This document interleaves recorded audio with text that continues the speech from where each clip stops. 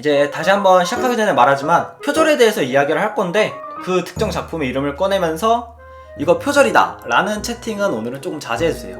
이제 좀 이야기가 셀 수도 있으니까 그거는 좀 제외를 하고 시작하겠습니다. 사실 표절이라고 하면은 사람들이 많이들 알고 있어요. 사실 표절이 뭔지. 다른 작품들끼리 뭐 비슷한 점 같은 게 많을 때 이제 거론이 많이 되는데 그 전에 알아야 하는 게 있어요. 이제 오마주, 이제 패러디, 뭐 표절, 클리셰, 사실 이런 단어들이 몇 개 있는데 그래도 이제 크게 나누면은 사실 이 정도만 알고 있어도 충분하긴 해요. 제가 자료를 하나 갖고 왔습니다. 낙제기사 영웅담이라는 애니메이션하고 학전도시 에스터리스크라는 작품이 하나 있어요. 아마 이 당시에 유명했기 때문에 아시는 분들도 꽤 많을 거예요. 일본 이거 방영을 하고 있는 당시에 일본의 어떤 한 유저가 만든 짤인데 같은 이제 학원도시 느낌의 배경, 그리고 메인 히로인 이제 왕녀 출신이었고 1화에서 나오는 스토리가 방을 잘못 들어가서 그것 때문에 이제 좀 목숨으로 갚아라 라고 이제 얘기하는 스토리가 있어요. 나중에 히로인까지 보면은 머리 색깔도 살짝 이제 붉은 톤에, 남자 주인공도 칼을 쓰고 이제 여자 주인공도 칼을 쓰고, 심지어는 그 여자 주인공 두 작품 다 불을 다루는 능력이었거든요. 표절 논란보다는 클리셰 논란이 많이 있었죠. 사실 두 작품이 같은 이야기, 같은 설정, 뭐 같은 구성, 같은 캐릭터로 만들어졌다고 해도 수긍이 될 정도로 비슷했어요. 그러니까 만들어질 당시에도 좀 그랬고 지금도 비슷한데, 사실 이 작품을 둘 다 본 사람들은 어느 하나가 표절이다 라는 이야기는 없었어요. 두 작품 다 1화에서는 클리셰에 가까웠거든요. 비슷한 장르에서 뭐 비슷한 장면과 뭐 비슷한 설정이 등장하는 것을 이제 장르적 유사성이라고도 말하는데, 쉽게 얘기하면 클리셰죠. 설정이든 이제 이야기 구성이든 스토리든 비슷할 수밖에 없는 부분이 있다는 거예요. 여러분들이 이제 좀 많이 아시는 스즈미야 하루이 럭키스타라는 이제 작품이 있거든요. 2007년대에서 아마 2006년대쯤에 나온 작품들인데, 근데 그때 일본에서 이제 인기를 얻은 글이 하나 있어요.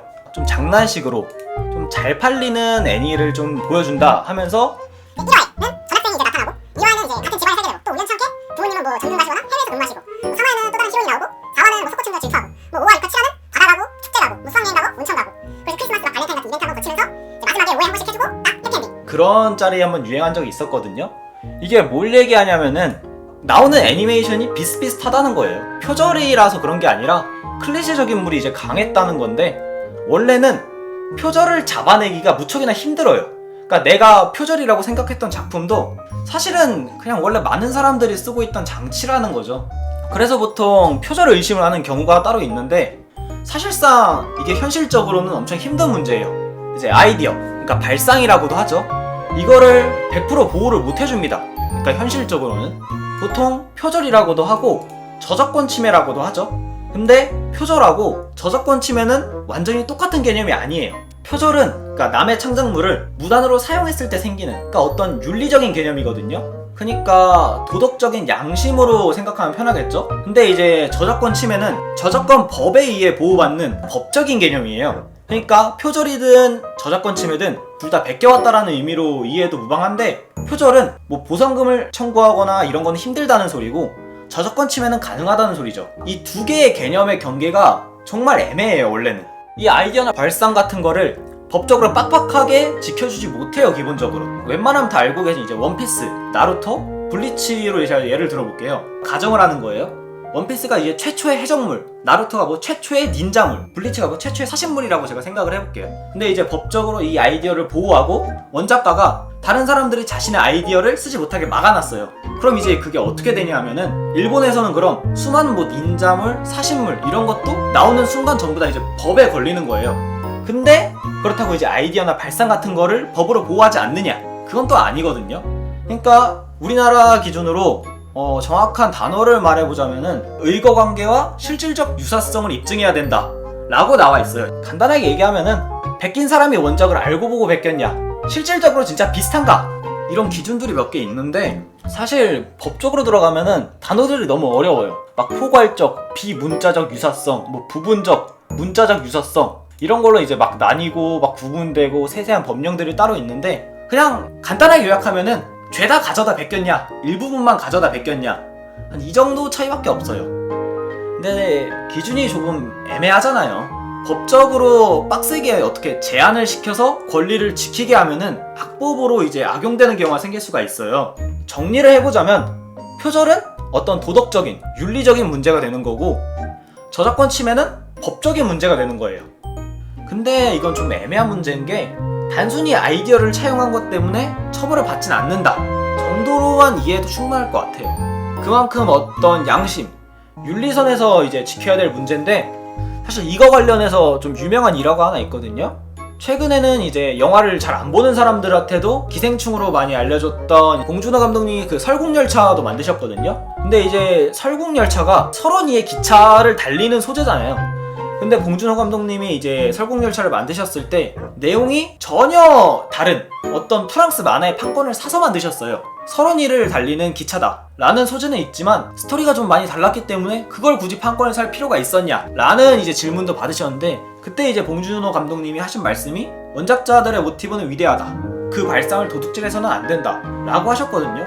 그러니까 애초에 이제 표절이라는 문제가 법적으로 구속하기가 매우 힘들고 그만큼 존중과 양심으로 이어지고 있는 문제라는 거예요. 그래도 많은 사람이 이 작품은 표절이다 라고 생각되는 경우가 있어요. 사람들이 많이 사용하는 클리셰 있죠. 뭐 학원물 하면은 뭐 전학생 오고 뭐 이런 사람들이 많이 쓰는 클리셰들을 순서를 표절한 경우, 스토리 라인을 표절했다고 봐도 돼요. 어떤 단어로 특정해서 말하자면은 플롯이 유사한 경우라고 봐야 돼요. 그러니까 제가 이세계물 계속 얘기했으니까 이세계물로 예를 한번 들어볼게요. 이세계물 A는 뭐 이 세계에 떨어져서 노예를 구해주고 뭐 동료가 생겼어요. 그 이세계물 B도 이 세계에 가서 노예를 구해주고 동료가 됐어요. 근데 결과는 똑같잖아요. 어떤 노예를 구해주고 동료가 생겼다 라는 결과는 똑같은데 이 사이 과정이, 그러니까 뭐 숲속에서 조난당한 걸 구해줬는지 아니면 뭐 노예시장 같은 데를 가서 뭐 해방을 시켜줬는지 이런 세세한 부분까지 다 똑같다는 경우가 생긴다는 거죠. 그래서 보통 이 경우에도 이제 표절로 구분하긴 해요. 근데 클리셰가 너무나 많아가지고 사실상 구분이 제일 힘든 경우예요. 맨 처음에 얘기했던 낙제기사 용담하고 학전도시 에스터리스크, 이게 여기에 포함이 되는 거죠. 1화도 정말 동일하고 뭐 설정, 뭐 스토리라인, 주인공의 목표, 뭐 능력 이런 게 전부 다 똑같은데 표절이라는 소리는 거의 나오지 않았죠. 양산형이다, 클리셰다 이런 얘기만 나왔고, 사실적으로는 어떤 작품이 표절이다 라는 지적을 당할 때는 이 경우가 제일 많아요. 대사나 문장을 이제 그대로 가져다 쓴 경우가 있거든요. 이제 이 경우에는 오마주, 패러디의 문제가 있어요. 근데 오마주랑 패러디, 표절의 경계가 엄청 애매해요. 그러니까 자기가 표절을 했다가 나중에 사람들이 알아내서 표절을 걸리고 나서 사실 패러디였어요, 사실 오마주였어요 하는 경우가 있어요. 실제로 사실 오마주 아니면 뭐 패러디 이런 거에 대해서는 그 유명한 짤들이 있는데 아마 이건 한 번쯤 다 보셨을 거예요. 사실 그거 나왔을 때도 이제 많은 사람들이 이제 공감이 되면서 말이 많았거든요. 그러니까 패러디는 이제 원본을 알고 있으면 재밌는 거. 그래도 이제 제 채널이 나름 애니메이션 채널이니까 좀 애니메이션으로 비유를 해보자면 럭키스타나 기어하라 나루코양 같은 작품들이 있어요. 그러니까 작중 내에서 다른 애니메이션의 대사를 갖고 와서 드립을 치는 부분, 그러니까 실질적으로 다른 작품까지 본 게 아니면 모르죠. 그러니까 웃을 수가 없는 코드죠. 그런 경우가 패러디에 가깝고, 오마주는 이제 원본을 알아줬으면 하는 것이라고 나와 있는데 이제 그나마 최근에 나온 것은 그게 있습니다. 이제 에반게리온하고 SSS 그리드맨이라는 이제 작품이 있는데, 에반게리온은 사실 90년대 옛날 작품이고 그리드맨은 그래도 조금 그나마 최근에 나온 작품이죠. 옛날에는 TV 자체가 지금이랑은 이제 크기가 좀 달랐어요. 그러니까 이제 브라운관 TV라고 해가지고 이런 느낌의 TV였거든요, 옛날에는. 근데 지금 기준으로는 이제 화면이 여기까지 나오잖아요. 옛날에 만들어진 애니메이션을 요즘 화면을 보게 되면은 이 사이에 이만큼의 공백이 남게 된다는 거예요.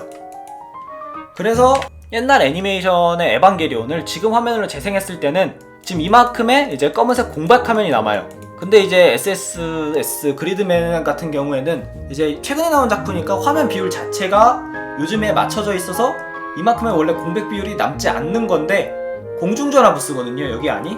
보시면은 이제 밑에 짤에 부스 이제 모서리에 기둥 같은 게 있어요. 이제 이거를 활용해서 마치 이제 옛날 에반게리온처럼 이 공백을 만들어준 거죠. 그러니까 이런 게 오마주예요. 이것도 이제 애니 방영해서 나왔을 때 이게 오마주다라고 해서 이것도 꽤 유명했거든요. 그러니까 이런 식으로 원작을 좀 알리고 싶다 혹은 어떤 뭔가 존중? 이런 걸 표현하는 게 오마주에 가깝죠.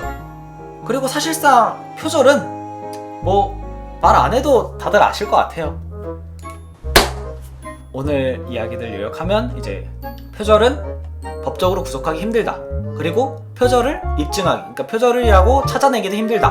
그러면은 오늘은 딱 여기까지 제가 준비를 해왔습니다.